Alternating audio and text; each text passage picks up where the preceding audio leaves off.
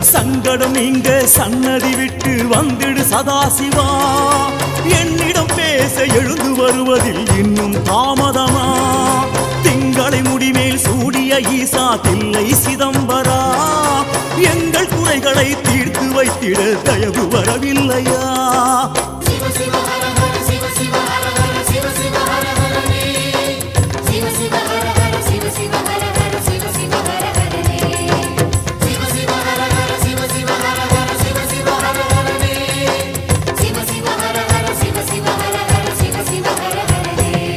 பரஞ்சோதி ரூபம் மகாமௌன ரூபம் ஜெகஜோதியே, அருஜோதி ரூபம் குரு தியான மூலம் அகஜோதி.